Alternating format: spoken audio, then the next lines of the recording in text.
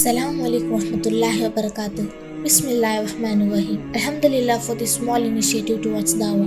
Our topic for the first video is scientific facts and Quran.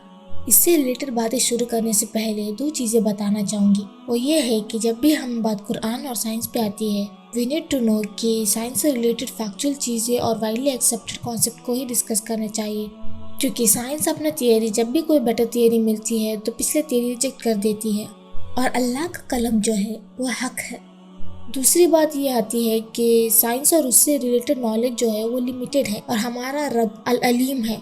इंसान जितने भी कोशिश कर ले उस लेवल का इल्म हासिल नहीं कर पाता है।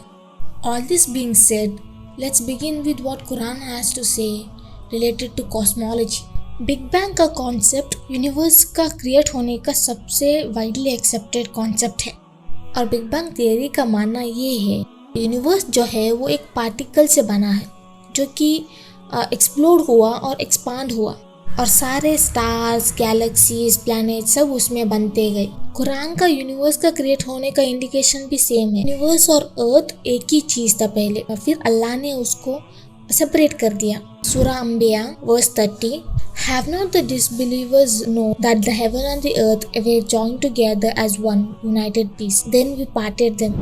बिग बैंग थियरी से ये भी साबित होता है कि यूनिवर्स का एक स्टार्टिंग पॉइंट था जब वो क्रिएट हुआ। स्मॉल पार्टिकल जो है उससे यूनिवर्स बिगिन हुआ। ये big bang 13.8 billion years ago हुआ है, और अल्लाह भी कुरान में यही बोलता है कि अल्लाह ने यूनिवर्स को क्रिएट करा है। कुरान की सूरा साअद वर्स 27 और 28 में ये बोला जाता है कि we have not created the heavens on earth and everything between it without any purpose. Modern day cosmology का ये भी मानना है कि बिग बैंग के बाद यूनिवर्स का एक ऐसा स्टेज था जिस पर वो एक स्मोक की तरह था, गैसियस क्लाउड्स का एक स्मोक। कुरान का सूरा फुस्सिलत भी हमें यही बताती है। सूरा 41 Verse 11, Then he turned to the heavens while it was all smoke. He said to heavens and earth, Come into being, willingly or unwillingly. They said, Here we come into being, in willing obeisance. सूरा अद-दारियात का आया 47 ये बताता है कि अल्लाह universe expand करते जाते हैं। लाइक अभी जो यूनिवर्स है वो एक्सपांड हो रहा है। We built universe with great might and certainly we are expanding it.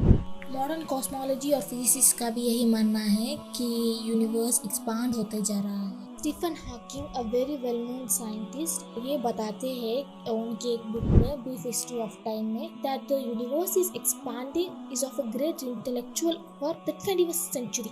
Quran सूरा 21 वर्स 104, उसमें ये बताया जाता है कि अल्लाह हेवेंस रोल करेंगे। On this day we will roll up the heavens like a scroll of writing, just as we produced in the first creation, so shall we reproduced it.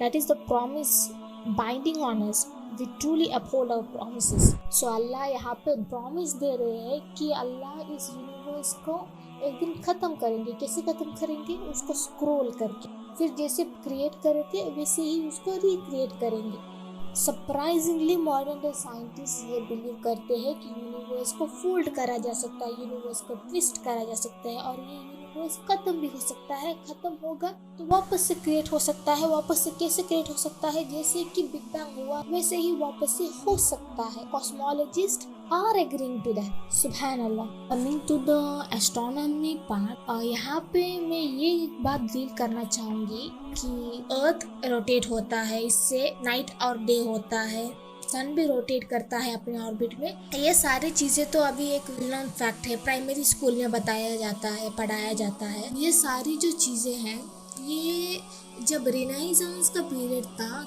तो Nicholas Copernicus और Galileo जैसे लोगों ने इसको discover करा था।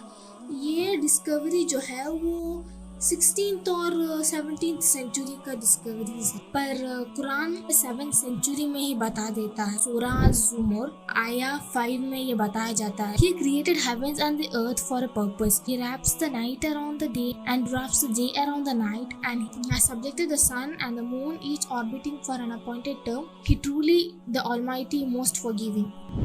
और रही बात जियोलॉजी की, अल्लाह ने माउंटेन को एक स्टेबलाइजर की तरह रखा है। जैसे एक टेंट को बनाए रखने के लिए उसी जगह पे खड़े होने के लिए एक कुटी का इस्तेमाल करते हैं, एक पिक और स्टेक का इस्तेमाल करते हैं, वैसे ही अल्लाह ने इस अर्थ को स्टेबलाइज करके रखने के लिए माउंटेन्स को डाला। कुरान का सूरा अन-नबा which is the surah 78 and verse number 7 ये कहता है कि and the mountains as stake।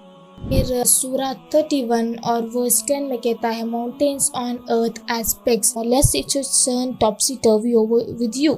अर्थ जो है वो तुम पे गिर ना जाए, वो अपसाइड डाउन ना हो जाए, इसीलिए माउंटेन्स को एज ए स्टेबलाइजर रखा है, ये इसमें बताया जाता है। और साइंटिस्ट ये बात बताते हैं टेक्टोनिक प्लेट्स जो है उसका डिस्कवरी के बाद टेक्टोनिक प्लेट्स मीटियोरोलॉजिस्ट अल्फ्रेड वेगनर ने 1912 में ये डिस्कवर करा, जो कि ज्योग्राफिकल प्लेट्स है और ये जब एक आपस में कोलाइड करते हैं तब अर्थक्वेक वगैरह होता है। और माउंटेन्स का जो है रूट है, माउंटेन्स का रूट डीप इनसाइड है।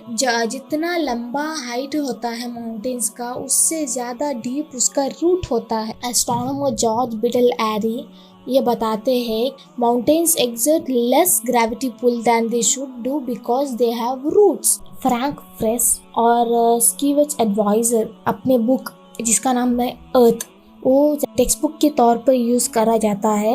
ये लोग बोलते हैं कि mountains are of wedge shape. Role of the mountain as a stabilizer is proved when scientific research found that mountain root helps in reducing the speed of lithosphere, thus decreasing the impact। Highest mountain range जो है हिमालय का 8.8 kilometre अगर वो high है तो उसका root 200 kilometre deep है।